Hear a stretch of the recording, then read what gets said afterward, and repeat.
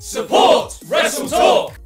The 2024 WWE story got off to a bang with arguably its main character, Cody Rhodes. Cody had returned to WWE in 2022 with one goal in mind, completing his father's legacy of holding the WWE Championship. The problem was, that title was held by Roman Reigns, the most dominant WWE champion of the modern era, who had been the top guy in WWE since 2020. After winning the 2023 Royal Rumble, where the winner gets a shot at the WWE champion at WrestleMania, Cody was unsuccessful in capturing the gold due to interference from Roman's bloodline faction, and in particular his cousin Solo Sikoa. Cody had to finish his story.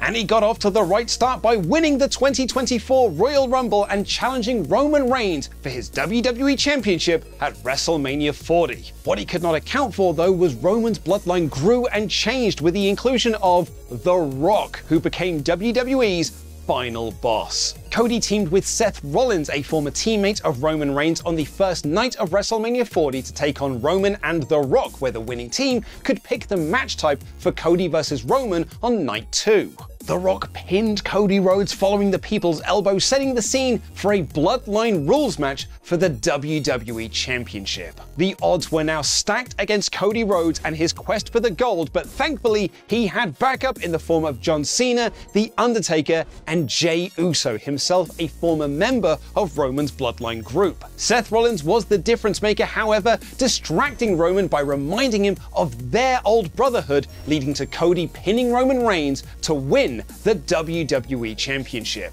Cody would spend the rest of the year defending his WWE Championship against AJ Styles at Backlash and Clash at the Castle, Logan Paul at King and Queen of the Ring, and Kevin Owens at Bash in Berlin, and later at Saturday night's main event, but that time under different circumstances. Roman Reigns disappeared following WrestleMania, and Solo Sikoa took over the leader mantle, calling himself the new Tribal Chief. He kicked out his brother Jimmy Uso and Paul Heyman from the group and brought in Tama Tonga, Tonga Loa, and Jacob Fatu, all members of his extended family. Solo even pinned Cody Rhodes at Money in the Bank to earn a title shot against him at SummerSlam, though Cody would beat Solo at that show, which saw the return of Roman Reigns. Shortly after that, Jimmy Uso returned to side with Roman Reigns, and the two reunited the original bloodline with Jey Uso and Sami Zayn, who had been welcomed into the family in 2022. And they went to war with the new bloodline in November's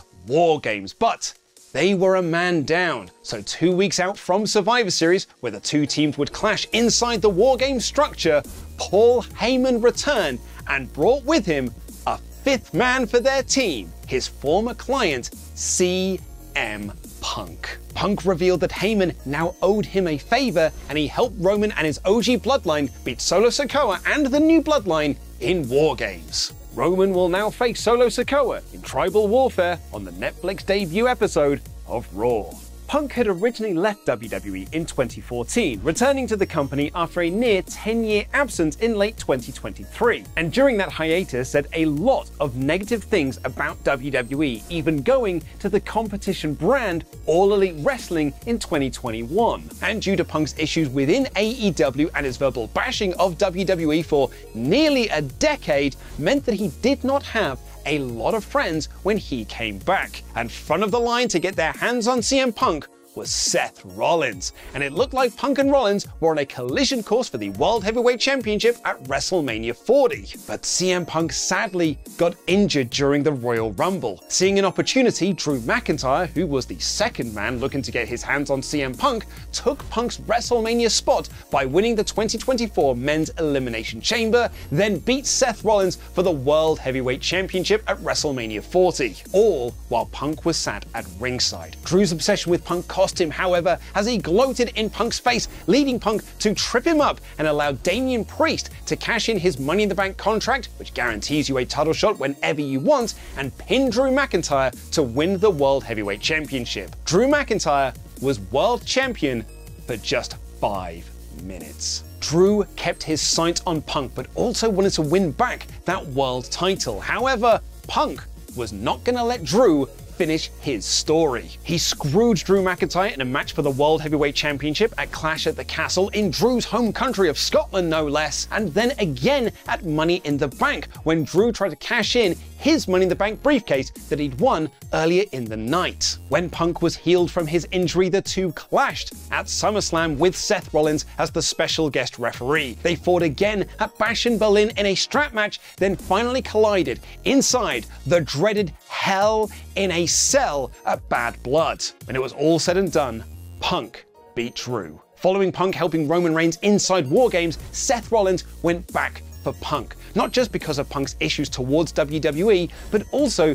because he had the audacity to team with Roman Reigns and help him win, a monster who has controlled WWE for years now. The two will now face off one-on-one on the Raw debut episode on Netflix. Much like Rollins, Kevin Owens was very unhappy with someone helping Roman Reigns, seen as though he'd spent the better part of 4 years trying to take down Roman's bloodline empire. Only, it wasn't CM Punk that he took issue with. In the early part of 2024, Owens formed a friendship with Randy Orton and Cody Rhodes, which saw Owens and Orton both unsuccessfully challenge Logan Paul for the United States Championship at WrestleMania 40, lost a tag match against the New Bloodline at Backlash, and again lost to the New Bloodline when teaming with Cody Rhodes at Money in the Bank. Upon seeing Cody team with Roman Reigns at Bad Blood, fan footage was leaked online of Owens attacking Rhodes when he was entering his tour bus. A match between Owens and Orton was supposed to happen at Crown Jewel, but both men brawled through the building instead. Owens was granted a rematch with Cody Rhodes for the WWE Championship at Saturday night's main event and brutally injured Randy Orton by giving him a piledriver on an episode of SmackDown.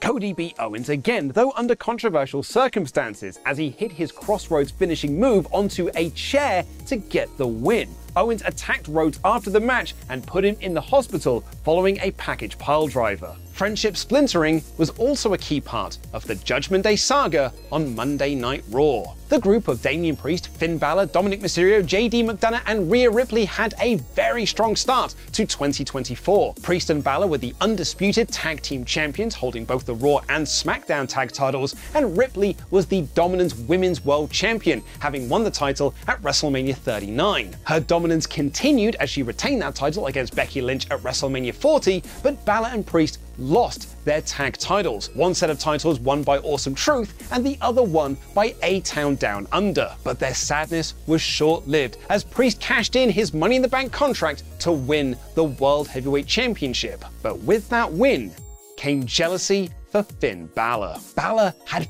failed to capture that title from Seth Rollins in 2023, and it led to a lot of miscommunication between the group. Priest asked Balor and McDonough not to get involved in his title defense against Jey Uso at Backlash, but they did so anyway. And during his SummerSlam title defense against Gunther, Balor screwed Priest by helping Gunther become the new World Heavyweight Champion. The Judgment Day had now splintered into two factions, as they also conspired to screw Rhea Ripley on the same show. After Ripley retained her title at WrestleMania 40, she was attacked backstage by Liv Morgan, injuring Ripley's shoulder in the process. Morgan had previously been injured herself by Rhea Ripley and now started her revenge tour that saw her go for Ripley's Women's World Championship. Ripley was forced to vacate the world title after she was injured by Morgan, and that vacant belt was won by Becky Lynch. Morgan, however, would win the title at King and Queen of the Ring due to botched interference by Ripley's boy toy and the next part of the Morgan Revenge Tour,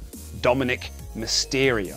Thus beginning a long storyline of whether or not Mysterio was cheating on Ripley with Morgan or if it was all just a misunderstanding. Turns out, it was not a misunderstanding at all, and Morgan completed her revenge tour by taking Ripley's title, her boy toy, and her Judgment Day faction, as Morgan joined the group when Dom screwed Ripley in her attempt to win the title back at SummerSlam. Perhaps they'd made a mistake though, as Ripley and Priest joined forces to become the Terror Twins to take on the Judgment Day, who also added Carlito to their ranks, and they beat Dominic Mysterio and Liv Morgan at Bash in Berlin, and Priest beat Balor at Bad Blood. Ripley beat Liv Morgan again at that same show, but sadly via DQ due to interference by the Judgment Day's newest member, Raquel Rodriguez, herself looking for revenge on Ripley after she cost her the Women's Tag Team Championships in 2023. At Crown Jewel, Liv Morgan won the Crown Jewel Championship due to interference from Rodriguez, and the two took out Ripley in the NXT parking lot once again, putting her on the injured list. It was not for long though, as Rhea Ripley returned, and along with Io Sky, Bianca Belair, Jade Cargill, and Naomi, challenged Morgan, Rodriguez, Nia Jax, Tiffany Stratton, and Candice LeRae to War Games at Survivor Series, which saw Ripley pin Liv Morgan. Following Morgan beating Sky at Saturday night's main event, it was announced that Rhea Ripley would get her rematch against Morgan for the Women's World Championship. At that same show, Priest got his rematch against Gunther for the World Heavyweight Championship, but lost again due to Finn Balor interference. This earned Balor a shot at Gunther's world title at Saturday night's main event. However, because Priest got involved with Balor and Gunther on the December 9th edition of Raw, it became a triple threat match. Gunther started his year as the Intercontinental Champion and was now the longest reigning champion with that title in history, but he faced competition from the fiery underdog Sami Zayn heading into WrestleMania 40. With coaching from Chad Gable, Sami had his own rocky story as he defeated Gunther for the title, ending his run at 666 days to become the new Intercontinental Champion. Gunther did not let this get to him though, as he went on to win the 2024 King of the Ring, defeating Randy Orton in the final, and won the World Heavyweight Championship from Damian Priest at SummerSlam. But because he won via Finn Balor interference, the confidence of Gunther had been knocked. He managed to beat Orton again at Bash in Berlin and exercised his loss against Zayn by beating him on Raw, but he lost to Cody Rhodes at Crown Jewel for the Crown Jewel Championship and only beat Priest at Survivor Series, again because of Balor interference. All three men clashed for the World Championship at Saturday night's main event, which saw Gunther retain, and then 2 days later, Judgment Day lost their Tag Team Championships to the War Raiders after Damian Priest stopped them from cheating. The winner of the 2024 Queen of the Ring was Nia Jax, who started out her year challenging Rhea Ripley for the Women's World Championship at Elimination Chamber before defeating Bayley for the WWE Women's Championship at SummerSlam. Bayley won the 2024 Women's Royal Rumble, which earned her a shot at fellow Damage Control teammate and then WWE Women's Champion Io Sky at WrestleMania 40. The relationship between Sky and Bayley had been quite fraught leading up to WrestleMania. Bayley had started Damage Control at SummerSlam 2022, bringing Sky and Dakota Kai back to WWE. However, as 2023 came to a close, it felt like Sky and Kai had plans to usurp Bayley from the group, bringing back Kairi Sane and adding Asuka to their ranks. 1 week after Bayley won the Royal Rumble, she was kicked out of Damage Control. And originally, it looked like Dakota Kai was going to side with Bayley, but it was all a ruse, and she joined in Damage Control's beatdown of their former leader. Bayley emerged from WrestleMania 40 triumphant, and Damage Control were drafted away from her to Raw, where Sky and Sane have unsuccessfully challenged for the Women's Tag Team Championships. Bayley defended her WWE Women's Championship against Naomi and Tiffany Stratton at Backlash and Piper Niven at Clash at the Castle before losing it to Jax at SummerSlam. She then teamed with her former friend Sky at Survivor Series War Games, but remain on separate brands. Nia Jax beat Bayley again at Bad Blood, but this time with the help of her new BFF, Tiffany Stratton. The only problem there is that Stratton has the Money in the Bank briefcase, which means she could cash it in on Jax for a shot for her women's title whenever she wants, which might be why Jax has been cozying up more to Candice LeRae as of late. Speaking of potential tensions, and the 2023 Royal Rumble saw the debut of Jade Cargill, who began a partnership with Bianca Belair, with the pair winning a trios match at WrestleMania 40 with Naomi against Damage Control, and won the WWE Women's Tag Team Championships from Asuka and Kairi Sane at Backlash. They retained those titles against Candice LeRae and her former tag partner Indy Hartwell at King and Queen of the Ring, but lost them to the Unholy Union at Clash at the Castle, winning them back at Bash in Berlin. Towards the end of the year, however, there have been several moments of miscommunication between Cargill and Belair. More intriguing though is that Cargill was taken out of the Survivor Series War Games match, replaced with Bayley after she was brutally laid out backstage. Her attacker remains unknown. Far more cut and dry in terms of tensions is the New Day. Xavier Woods, Kofi Kingston, and Big E began tagging as New Day in 2014, which meant that 2024 would mark 10 years together as a team, an incredible feat that is rarely seen in wrestling. The team won the tag titles on multiple occasions, and Kofi Kingston and Big E even rose to the main event and won the WWE Championship on separate occasions. But this also meant that Xavier Woods had not reached the same height as his teammate. And in April 2024, cracks in the relationship between Kofi and Woods started to show when Final Testament leader Karrion Kross started to get into Xavier's head that he was being held back by Kingston and New Day. Big E had sadly been off TV since he broke his neck in 2022, which meant the legacy of the group and their 10-year anniversary fell to Woods and Kingston. And throughout the year, Woods and Kingston had not been seeing eye to eye, not listening to each other's plans and going behind each other's backs to make other plans. They lost matches, they lost championship opportunities, and even lost to Alpha Academy, arguably the lowest team on the Raw roster, in 1 minute and 5 seconds. After that match, Woods and Kingston let it all out and let their feelings come to the forefront in one of the most emotional moments of WWE in 2024. 1 week before their big 10-year anniversary show, New Day were seemingly breaking up. And on that 10-year anniversary, they did come to the ring to announce their breakup as a tag team. But Big E returned, offering to be their manager and get them back on tracks as champions that they should be. But in a shocking twist, both Xavier Woods and Kofi Kingston blamed Big E for their shortcomings, saying the group had become stale because they were waiting for him to return to the ring. Woods even claimed that Big E will never wrestle again and asked him to leave the ring and go back to his desk job. For the first time in nearly a decade, New Day were without Big E and were bad guys again. Final Testament found themselves involved in another group that have been a huge part of WWE in 2024, but before we get to them, here are some other people who made an impact. LA Knight won the United States Championship from Logan Paul at SummerSlam, which he held onto as part of a series of matches between Andrade and Carmelo Hayes, before losing it to Shinsuke Nakamura at Survivor Series. 2024 saw the WWE debut of veteran tag team Motor City Machine Guns, Alex Shelley and Chris Sabin, who won the WWE Tag Team Championships in only their second week in the company. They got into a storyline with DIY, Tommaso Ciampa and Johnny Gargano,